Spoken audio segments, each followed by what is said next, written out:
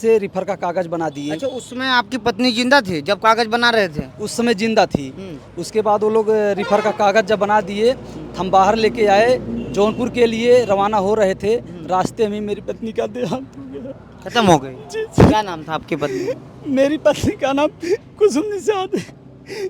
कहाँ के रहने वाले हैं आप? पट्टी दयाल बदलापुर जिला जौनपुर।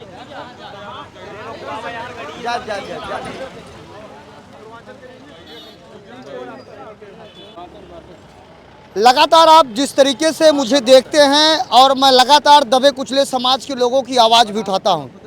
अभी मैं जहां खड़ा हूं यह पोस्ट मॉडर्न हाउस जौनपुर का है और एक तरफ योगी सरकार लगातार भ्रष्टाचार के खिलाफ आवाज़ उठाती है और एक योगी जी का नारा है, अगर कोई अपराध करेगा तो अगले चौराहे पर उसको यम उठा लेगा।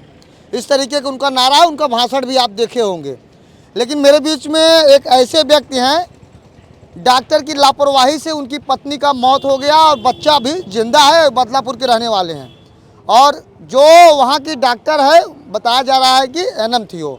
अब क्या था मामला, ये तो उनके पति ही बताएंगे। लेकिन जौनपुर में आए दिन चरम सीमा पर अपराध है। कहीं गोली चल जा रही तो कहीं किसी की हत्या हो जा रही, तो कहीं डॉक्टर के लापरवाही से किसी की पत्नी मर जा रही है, किसी की बहन मर जा रही है, किसी का लाल मर जा रहा है। तो भैया क्या नाम है आपका? मेरा नाम राहुल निषाद। राहुल जी, क्या मामला था यह? जो है कि प्रियंका मैम ने मेरी पत्नी को बुलाया था नॉर्मल चेकअप के लिए। तो मैं नॉर्मल चेकअप के लिए सामुदायिक हॉस्पिटल बदलापुर में गया। तो वहाँ पर मैं 11 बजे उपस्थित हो गया। कब गए थे आप? 5 तारीख को, 5 मई को जी। तो 5 मई 2026। तो जो है कि मैं वहाँ पर 11 बजे प्रेजेंट हो गया।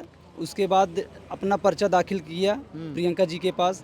तो मेरी पत्नी का नंबर आया, तो उन्होंने जो है कि पत्नी का जो क्या बोलते हैं, अल्ट्रासाउंड और रिपोर्ट सब देखे। उन्होंने बोला कि ये सब ठीक है। तो उन्होंने मेरी पत्नी को बोला अंदर जाके आप लेट जाइए। मेरी पत्नी ने अंदर जाके लेटा। तो वो जो मैम थी उन्होंने हाथ में ग्लव्स लगाया, मैं बाहर से देख रहा था। उसके बाद वो अंदर चली गई। अंदर क्या किया मेरे को मालूम नहीं, फिर भी मेरी पत्नी ने बताया कि उन्होंने चेकअप किया। कितना महीना हो गया था आपकी पत्नी? 9 महीना करेक्ट हो गया था। एक दिन एक्स्ट्रा जा रहा था। तो जो है कि मेरी पत्नी ने मैं पत्नी से पूछा क्या, उन्होंने बताया कि जो है कि उन्होंने चेकअप किया और बोला कि अभी बच्चेदानी का मुंह खुला नहीं और मेरी पत्नी को दर्द भी नहीं था। तो उन्होंने ये पूछा कि आप नॉर्मल चाहती हैं कि ऑपरेशन? मेरी पत्नी ने कहा कि नॉर्मल ही। अच्छा, पहला ही बच्चा था? नहीं, क्योंकि मेरे 3 बेटियां थी, तीनों नॉर्मल हुई थी। ये चौथा कौन सा बच्चा है आपका? चौथा बेटा हुआ। जो है कि तब उन्होंने तुरंत एक दवा लिख दिया। तो मेरे को पर्चा पकड़ा दिया। मैं पर्चा लेके बाहर मेडिकल पे घूमते रहा और दवा खोजते रहा, वो दवा उधर मिली नहीं। तो एक मेडिकल वाले ने बोला इधर नहीं, आप जेपी हॉस्पिटल पे जाइए, ये दवा वहाँ पर मिलेगी। तो मैं जेपी हॉस्पिटल पे गया, वो दवा लेके आया वहाँ से, मैम को दिया। तुरंत मैम ने दवा लगा दिया। दवा लगाने के बाद मेरी मैम को बोला आप वार्ड में जाके आराम करिए थोड़ी देर। तो मेरी मैम को तुरंत मैडम को पीड़ा होने लगी। मैंने बोला क्या हुआ? तो बोली दर्द हो रहा है। मैंने बोला मम्मी को बुला लें क्या? तो उसने बोला हाँ बुला लो। तो मैंने बोला वो मम्मी को भाई के पास फ़ोन लगाया, छोटे भाई के। तो उनसे बोला जो है कि आप मम्मी को और चाची जी को लेके आप हॉस्पिटल पे आ जाइए। तो ऐसा बात हो गया है। तो इतनी जब समस्या होने लगी तो ये हालत कम एकदम नाजुक हो गई। बता रहे हैं, उसी पे आ रहे हैं। तो उन्होंने फिर एक दवा लिखा।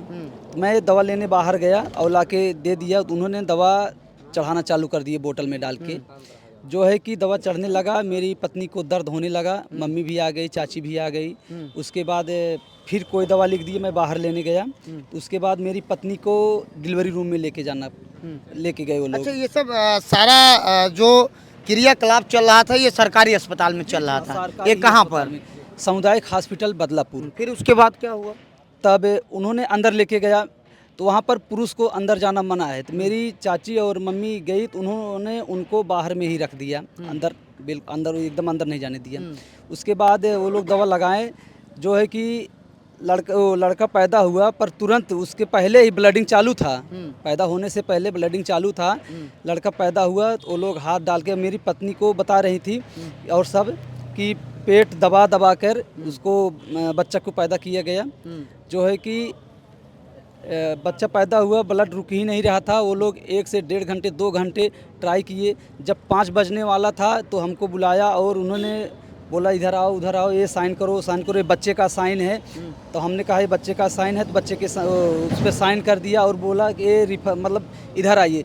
तो हमको अंदर लेके गए जहाँ पर डॉक्टर लोग रहते, तो वहाँ से रिफ़र का कागज़ बना दिए। अच्छा, उसमें आपकी पत्नी जिंदा थी जब कागज बना रहे थे? उस समय जिंदा थी।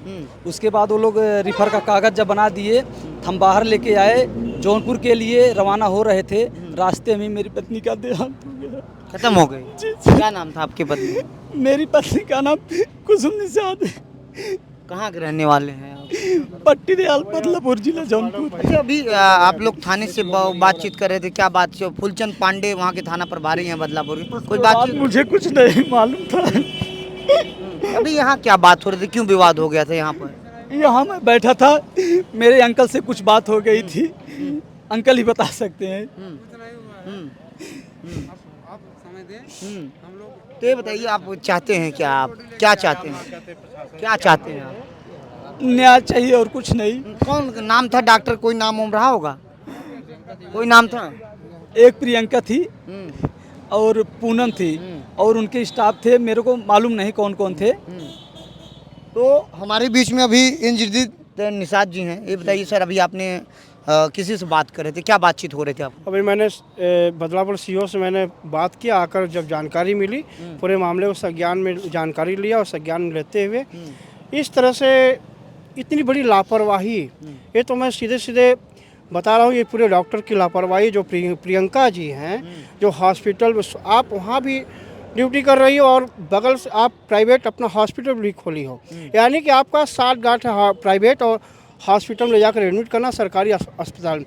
ये तो सारे डॉक्टर्स बड़े लोग, ये इन लोग के इसमें अगर मुकदमा इसमें होगा पंजीकृत, जब जांच होगा तो इसमें बड़े बड़े डॉक्टर फंसेंगे।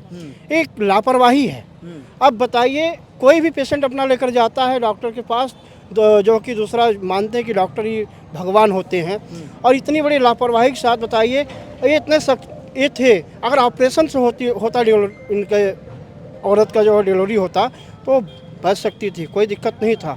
आप प्राइवेट, ये सरकार जो है सरकारी जहाँ आप देखेंगे स्वास्थ्य जितने भी हॉस्पिटल हैं उनकी व्यवस्था एकदम जीरो पे है, कोई वहाँ पे सुविधा नहीं है। सरकार बहुत बड़े वादा करती है, बड़ी बड़ी बात करती है, लेकिन गरीब शोषित वंचित जितने भी हैं यही लोग बेचारे जाते हैं, और जो बड़े लोग हैं उनकी व्यवस्था एम्स में और पीजीआई में, बेस्चू में एक ग्रेड की व्यवस्था होती है, उनकी लेटर पे व्यवस्था होती है, उनका कोटा होता है।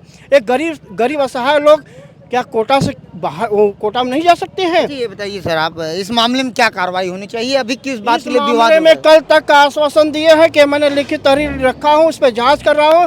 अगर एफआईआर कॉपी नहीं देते, परसों हम लोग एसपी का घेराव करेंगे, डीएम का घेराव करेंगे, और हम लोग हजारों की संख्या में आकर घेराव करेंगे। ये निषाद समाज 2014 से 24 तक केंद्र और राज्य में सरकार बनाया, अपने वोट देकर बनाया, लेकिन आज यही निषाद समाज की हत्या हो रही सरेआम। अभी बड़ौर में गोली मार दिया जाता है, जो अपना जाते हैं अपने शादी करने के लिए, और खुशियों भरा दिन वो गम में हो जाता है। बताइए हमारे समाज के साथ इतना अत्याचार क्यों हो रहा है?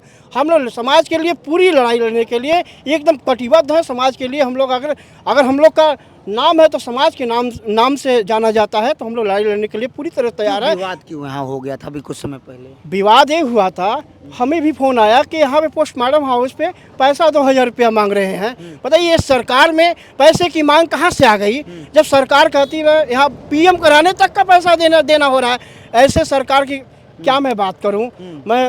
हम पूरे समाज यहाँ के लोग एकत्रित है, तो वहाँ पे जब हम लोग जुटे हैं, सारी समस्या का जब समाधान, तो पैसा नहीं लिए। फिर उसके बाद पोस्टमार्टम हुआ है, अब लाश इनकी जा रही घर पे, लाश जलाई जाएगी, और सभी लोग कल तक का समय दिए हैं, और परसों उसके बाद सारे लोग तैयार रहेंगे। हम लोग एसपी साहब के खिलाफ। जी शुक्रिया सर आपका। तो मेरे बीच में यहाँ आपने देखा कि डॉक्टर की लापरवाही के कारण एक महिला का मौत हो गया, और 3 बच्चे उसके पहले से, 3 बेटियां, ये आखिरी बेटा था।